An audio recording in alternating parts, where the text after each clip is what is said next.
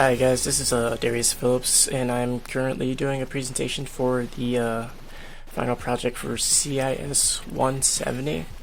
And for a final project, I kind of wanted to combine all the skills learned throughout the weeks into something that I could use for the future. A lot of the programs that we made over the course of these 7 weeks pretty much catered towards being able to use different tools to tackle different situations while using C++, and I figured why not trying to go out of my way to figure out how to do a graphical user interface with C++. It's kind of harder to get into that I felt compared to other programming languages such as like C# or Java. But it's good to cover your bases and learn it so that it can those skills can transfer towards other projects essentially, and that's what I tried to do with this project. And to do that, I set out on a task to figure out how to use the SFML libraries, which is pretty much somebody took the time to create a library to make creating graphical user interfaces easier, and usually communities get involved in a process such as that, and then it's how things grow. It's like how you have a lot of the support that you find in like a language like C++. It's like when I first started learning C++, it's like having to deal with strings. It's like the fact that you have to actually use this that include for strings. It's not in this project, I don't think.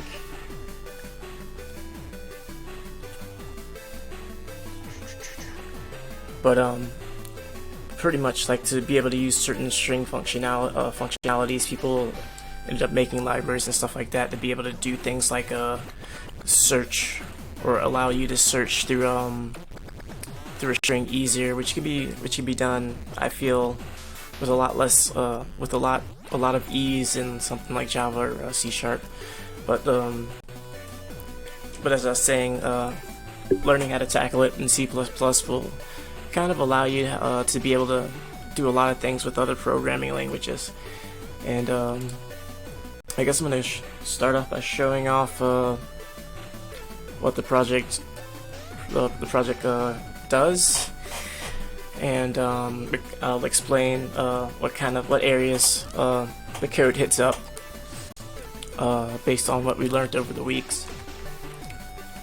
So I'm just going to compile and run it really quick. Alright, what I did here was I made a character wizard program.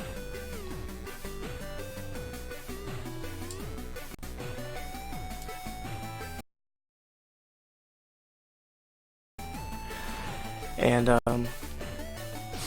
pretty much in this character wizard, it allows you to pick and choose different parts and components, assemble a character, and save that data to a file with a little graphical user interface.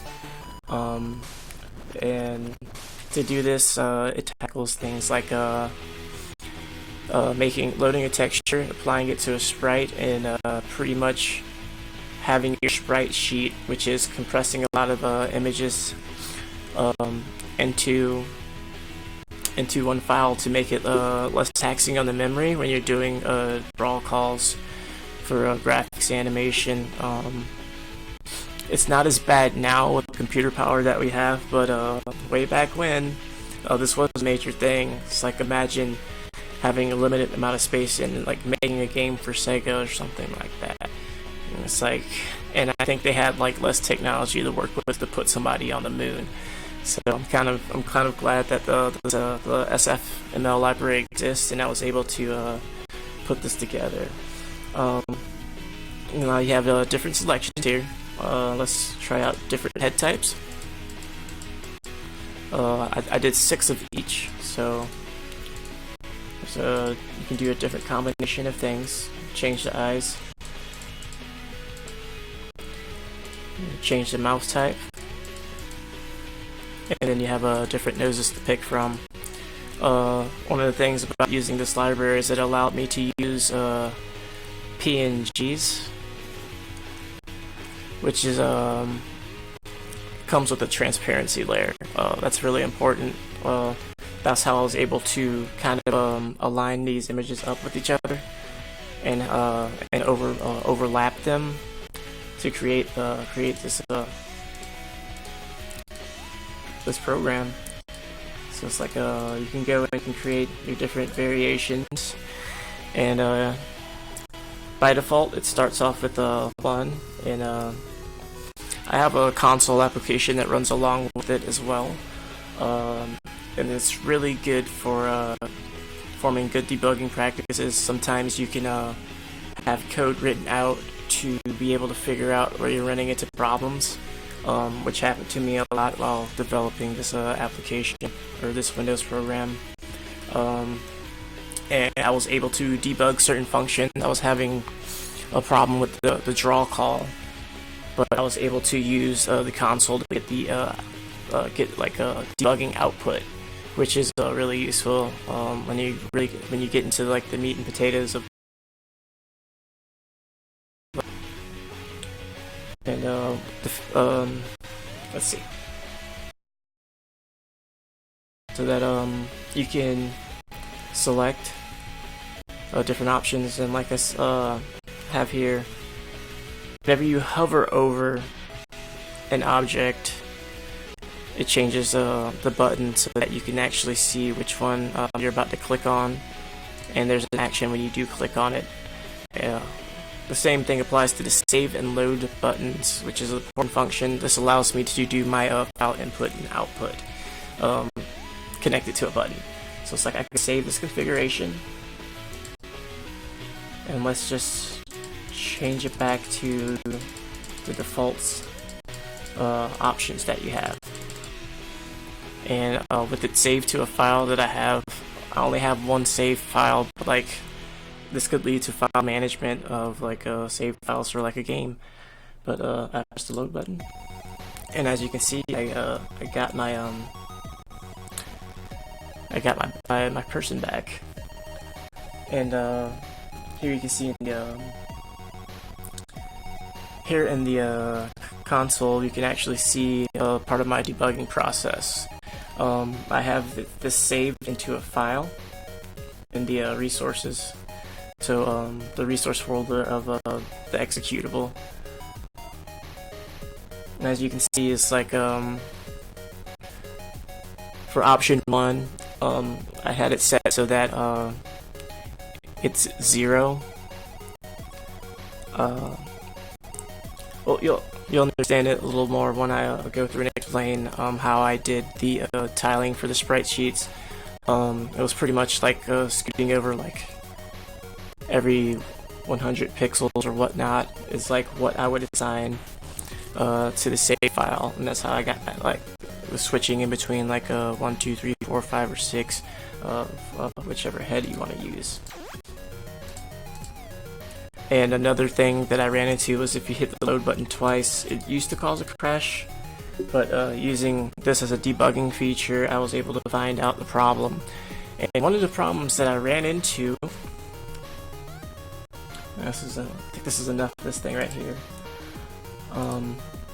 One of the problems that I was running into while developing this program is that when I was doing the call to load from that button press, I forgot to close the file stream. It's like when you're supposed to open it, do things, and close it, and it was causing errors. But like I said, using the console commands, I was able to find that error. So right here we have some events. Events allows you to do things while the program is running, and I could have used arrays to compress this code and make it so much more efficient, but I just wanted it to get up and running. So that's where arrays could fit into here. It's like say I load a texture Texture 0 can represent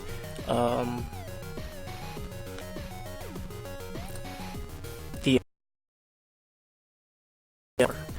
and then I could do something like a texture 2, which could represent the noses that I had an image file for. And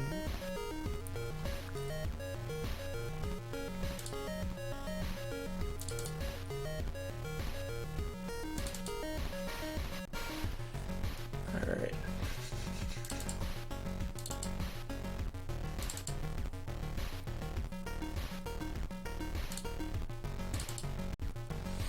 Yeah, there's an example. Like I was saying earlier, here's one of the images that I load in as a texture to create those heads that you saw in the program. And like I said, every 100 pixels, say you start from 0 to 100, will be the first head. And say you take that and you slide it over, and you're at from 100 to 200, you have like the second head. Something like that is what I did essentially, and assigned that to the save file. So I was using the save file to pretty much store the location of where I should be positioned with the sprite, using the sprite object from the SFML class. And I'll go over some of those functions really quick, but this is just to represent like what you can do loading an image into there. And also I have it same thing for my button arrows, a sprite sheet of 2 options stored within one image, and then using that to make your sprites. The reason this is done is I load in the textures that I'm going to use, and it's kind of a memory intensive if you're constantly displaying a texture and like trying to call it. So they suggested using sprites and using the texture as a sprite sheet. So that's what I did. So here I have my declarations for the textures that I made. We have texture head, texture eyes, texture mouth, texture nose, arrow left, arrow right, and load and save. Which you saw on the arrow left and right is pretty much when it's not selected, it's gray, and when you have the mouse hovering over it, it turns red. Same with the load and save file buttons. So here, this is important. It's within the built-in class or whatnot, they have like a list of functions and documentation. Documentation was like one of the most important parts of this process, and being able to figure out how to put things together in C++. If you ever have a question, you can go to like the C++ to the Microsoft website, and you'll be able to kind of figure things out from there by reading up on what certain things do. And another really cool thing is the use of namespaces to prevent me from having to do that weird operator double colon thing for a lot of the calls.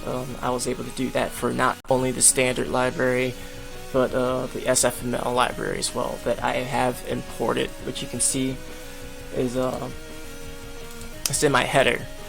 And if you're interested in trying to set up a project like this, you can check out the SFML website. I followed their tutorials on how to be able to set it up in Visual Studio, and I use Visual Studio 2017. But here in my project, as you can see in the project folder, there's a series of DLLs. This is from the SFML library that I downloaded. These are included in my project folder, so I can make sure that I can use them. And I created my own personal folder where I stored all my resources called RES, for resources, where I have my images and my character save. But yeah, here's the character save, and this is the file that's being opened and loaded. Usually it's like I know it's a text file, but like to prevent people from like messing with data or whatnot, to kind of have that magical appeal or that allure of mystery for your program, I just changed the extension type and made it my own. And if you really want to get into it, you can make different types of file encryptions or whatnot, encryption keys built inside your program to be able to jumble this data up and read it within your program if you so chose to like want that level of security for your program. I didn't want to go down that journey with this project, but I made my own resource folder, and I included the DLLs for the SFML. And as you can see here, this is the include for that library. There's another step that's included, and you can probably find some other tutorials on YouTube that show you how to link these files and the libraries to the project solution. I had to follow some tutorials to do that. It was a little complicated to be able to show off on here. I just want to kind of get into the meat and potatoes of what this thing does. As you can see here, I have a very awkward conditional statement. I pretty much used a for loop to parse through an array, and when I say that, I mean by a string is an array of characters, and that's how it is. It's like you can use the include for strings, but like I was saying earlier, there's something that came later on in the early days. They used to make character arrays to be able to store their strings in until somebody finally came along and said, let's just make the string type. But to do this, the reason for this is so that I can parse through and eliminate all that extra buffer on my saved files. Let me just show you. It's like, this is what it looks like within my save file. You have the head, which is pixel location 100, the eyes pixel location 200. This comes in handy for the sprite sheets that I showed you earlier. It's like, am I located on the red head, or am I located with the rectangle around the green head? And this is pretty much what the save file is for, to be able to save the location so that when you load, you get your character back. So what I did for that was I used the for loop to parse through the string, and I just and then I returned a different string when I used this function call later on to eliminate all the extra stuff like the H, the E, the A, the D, the equal sign, or any other letter, and just return the numerical value. And I was able to kind of figure this out by using the debugging methods I was talking about earlier, like just to play around with the input-output of the streams. And that's how I also figured out I need to close that stream anytime I do something with it. Alright. One thing I want to note off is in my main, I started off, I declared that I was gonna use an input-output stream, but I also have a declaration for character, and what character is a class that I made to be able to handle the input from the file, or the input from, or the selection that the user of the program is currently at. And pretty much what I did was I made integer selections, which is what gets passed to the file. So it's integer of 100, 200, 300, and so on. But I did one for each variable. Pretty much just a common scheme of, you have your head, you have your eye, you have your nose, and you have your mouth. You have one for, you have a texture for those. You have a current sprite that you're displaying for those. And there's some other data that you have for those as well. But in this class, I take the information from the file or for the user of what's currently being displayed, and it's saved within this class. Initially, it's 0. So like whenever you load up the program, it's going to be the first selection of pretty much all the objects. This is pretty much what we did throughout the weeks, kind of helped to like build this class. See, I have my constructor methods.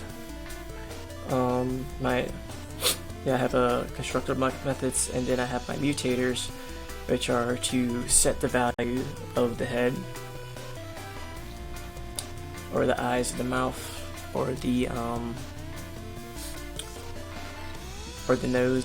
And then I also have accessors, which allows me to get the value of what these are in this class.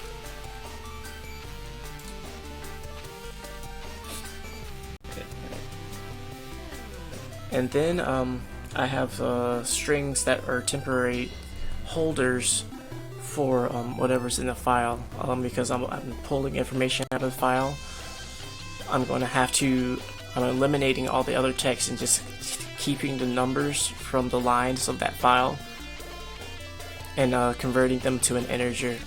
You can pull out numbers from something, but you got to make sure that it's the right type. So I had to convert this information from a string to an integer, and this is why I have this up here. One representing each item in a temporary. This is the initial declaration of my window size. My resolution for that window that I pulled up earlier is 320 by 480, and it's an integer value. Next is I declared the window, and this is a part of the SFML library, which allowed me to do this. And I used the window width and height that I declared earlier, and this is where I got to assign the name of my program. When I ran it, you can see character wizard displayed.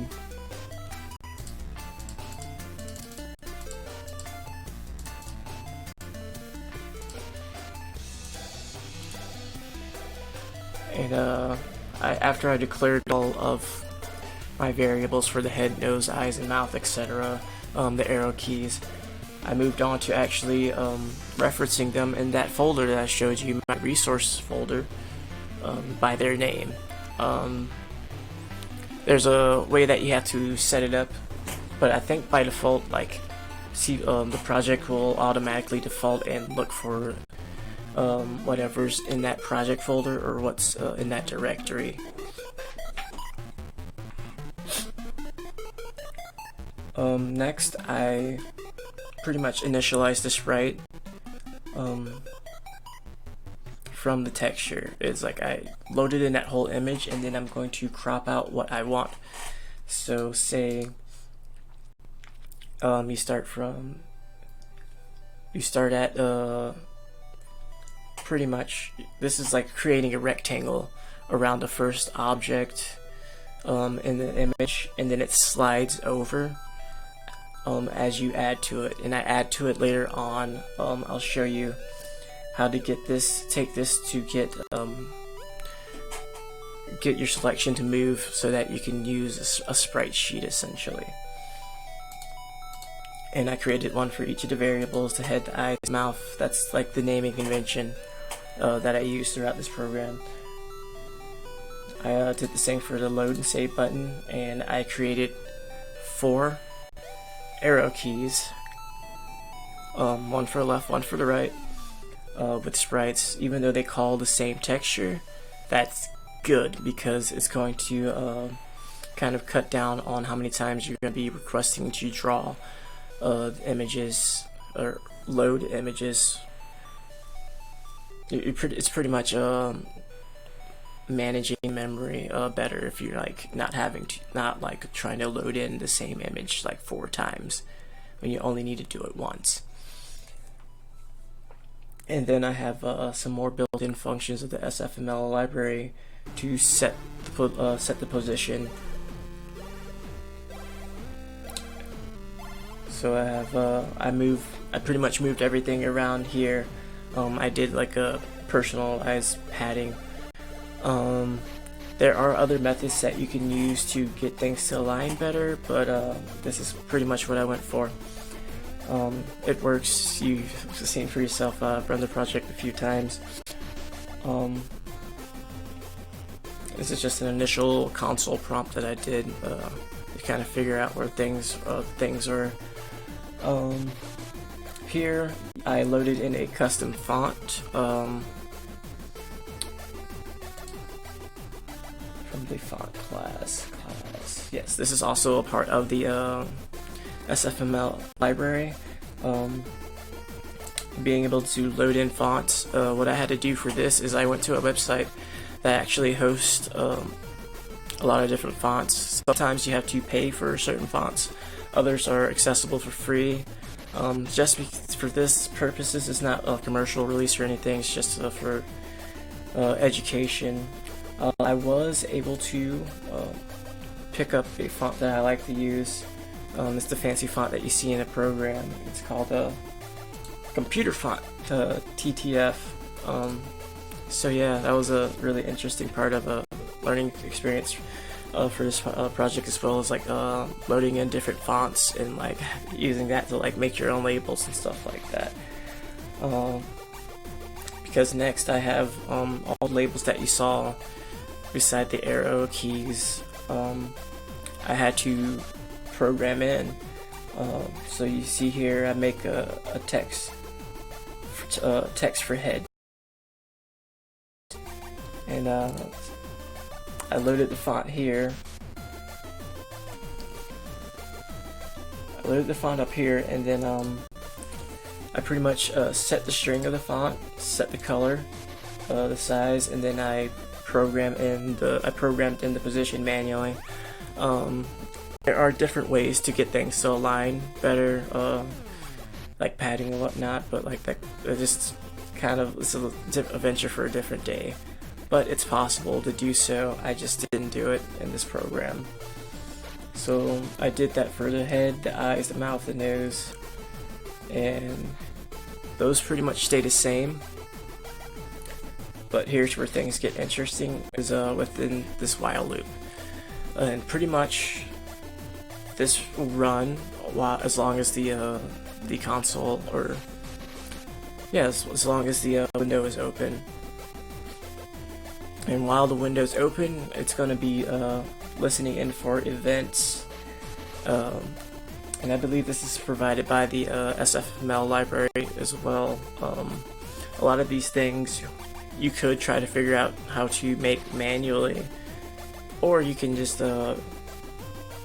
use like an open source library, and that's what I chose to do for this aspect of the project, to get that graphical user interface. And the event types are if the mouse is moved.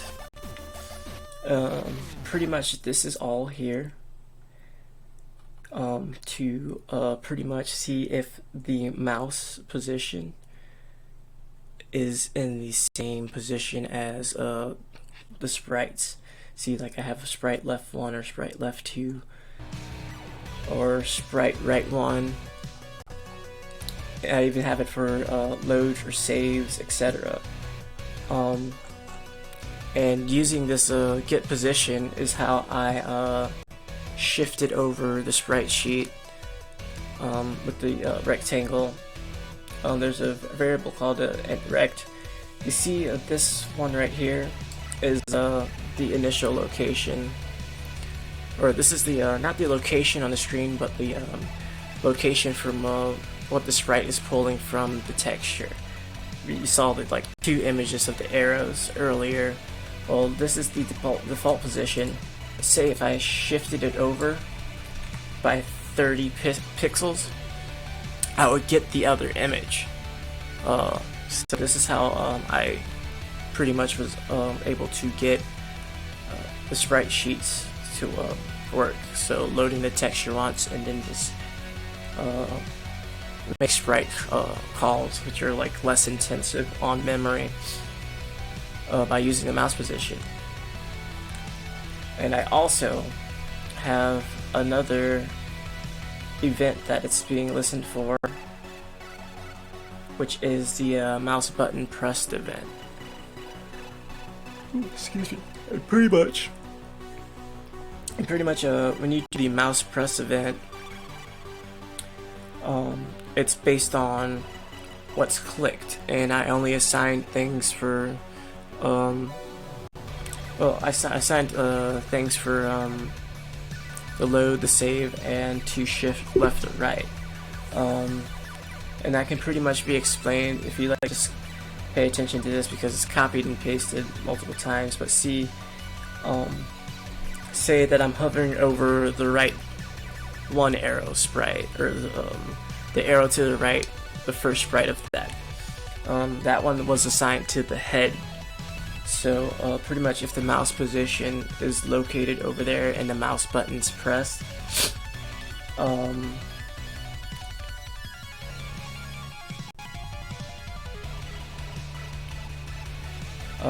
my constraint is 500. If it's like, say the cursor, say it's all the way shifted over to the right. There's 6 images, so say from 0 to 100 is the first image. The 6th image would be 500 to 600 pixels. The space in between that. So pretty much, if it's less than 500, you can afford to add 100 and shift it over. And this is what gets done in this line of code right here.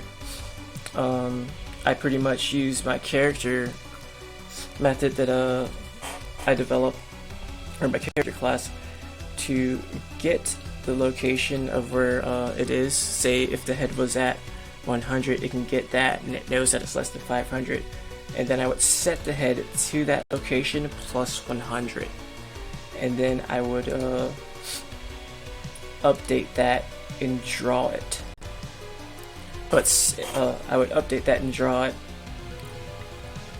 and this is the sprite call to update the location. There's a lot of, and as you can see down here, there's like a lot of draw calls that are within this loop. So after like all the processing, all the drawing has to get done after every change, and this is pretty much all the draw clause. It clears all the old stuff, and then you draw all the new updates of everything, which is stored, and then you pretty much display it. See, windows that draw this, and windows that display and clear. So this is how you pretty much get your frames and what's in between or whatnot in transitioning.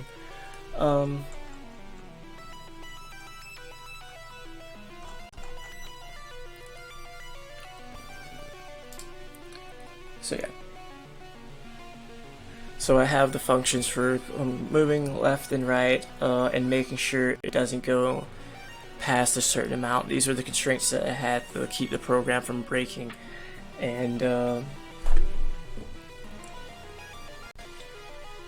here I have my load and save. I was gonna say earlier that the character class saves the current location of where the user's at, so that say if they did hit the save button,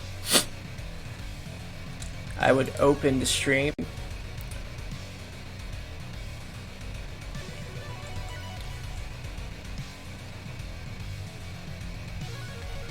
Okay, I would open a stream, and then I would rewrite it using the information. I kind of knew how I was going to set up the save file, so I have all my definitions, and then to string I convert the energy value that was assigned to the character. Earlier, anytime I made a change, I would making changes to the set with the set method, and the get method will will pull that for the save. That's how I have it set up. And yeah. And I have my load method here, which was what I was having problems with earlier. It was crashing on me because I didn't include the close. So I have this IF stream read and read the resource file that I made and named the character.save. And these get lines are set up to pretty much get the line starting with a certain character that I have. So I have like read in H would get the first line of H for me, or the headline, and then the ear, the mouth, and the nose. I got those in. I stored them into a temporary value, and I applied the first function that was up earlier, the one with all the crazy if statements, to pretty much parse through the character array or string and get the number value.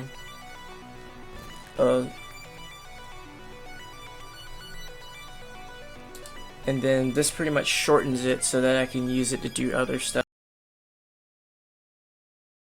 Because I want it to set. If I'm setting things, I'm going to be converting it to an integer. And this is what the stoi is for. It converts. It converts my my string into an integer.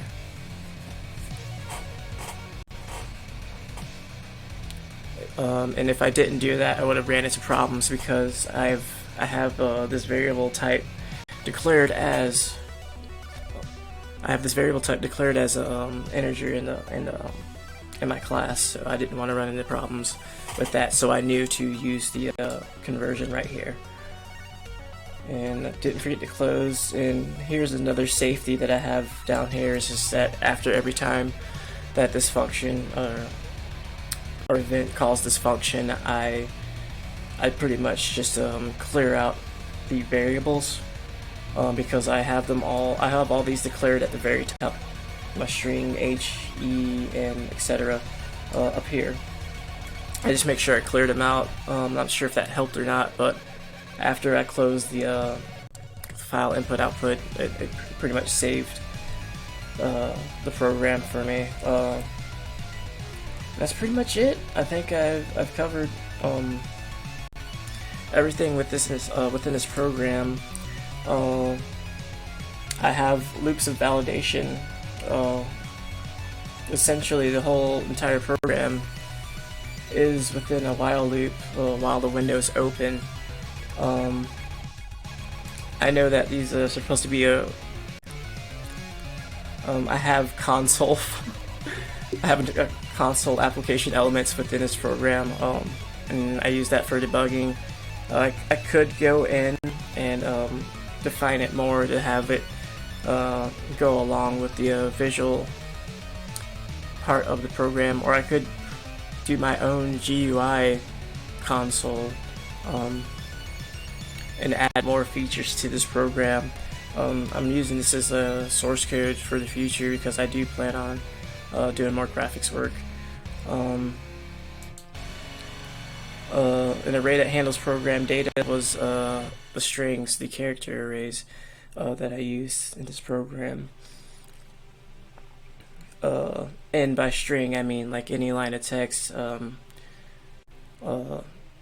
I used within the program.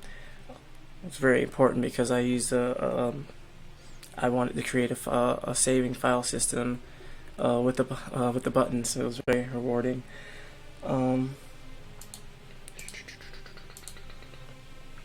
And last but not least, I have my load and save feature, which is which uses file input and output. And I feel that the GUI was a representation of a menu system, of being able to pick your own character and saving that data and coming back to it and loading it at a different time. It's like I'm pretty sure the data is still saved the same way within the resource file, and if I hit that load button, I still have my saved data from last time when I ran that program. So this is really good framework to have for a file save system. Hopefully some of this made sense, and we're all creative enough to be able to go through and do some research. I did a good few amount of YouTube videos to figure out how to do certain functionalities, but hopefully this gives a better understanding of how to piece together a graphical user interface.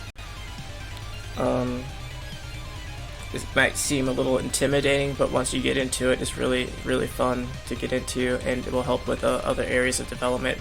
Say it's like if you don't want to develop games, you can certainly develop web pages if you have the understanding of like how to create layouts and whatnot. There's different, you can use programming and scripting for a lot of different things.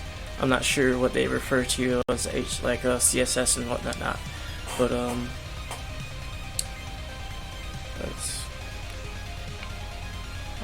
that's pretty much what I got out of this experience for of making this this project.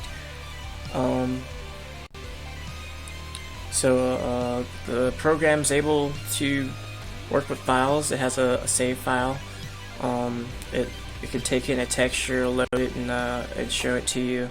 It can parse through that texture actually. I did a lot of parsing for information. It's like I went through the strings to find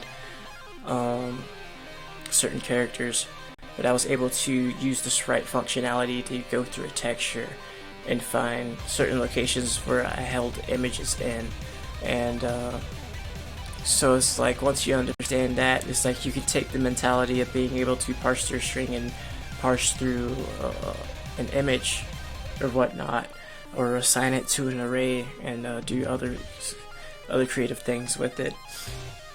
I feel the program was easy to use. It was pretty much a menu system for creating a little character. I had some labels in there that I had to build. Let's take a look at it again. Let's take a look at it. Alright.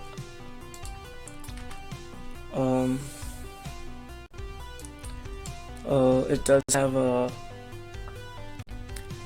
has labels. The buttons are labeled. I custom made all the animations for this, but the buttons are labeled, and so do the selections buttons that I have. So you have the head and the arrows for left or right.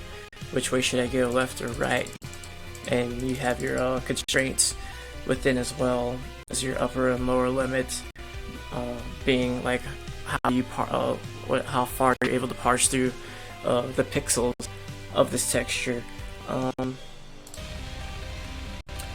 I didn't use anything like a currency or anything crazy for displays. I pretty much just kind of condensed things. So yeah, that's pretty much concludes my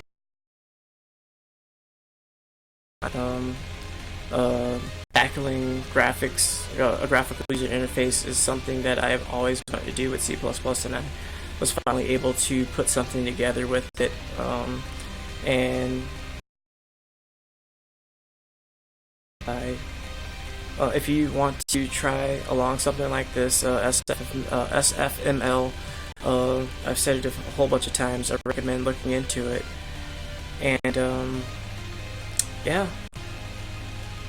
appreciate you watching, and hopefully you learned something out of this. Thank you.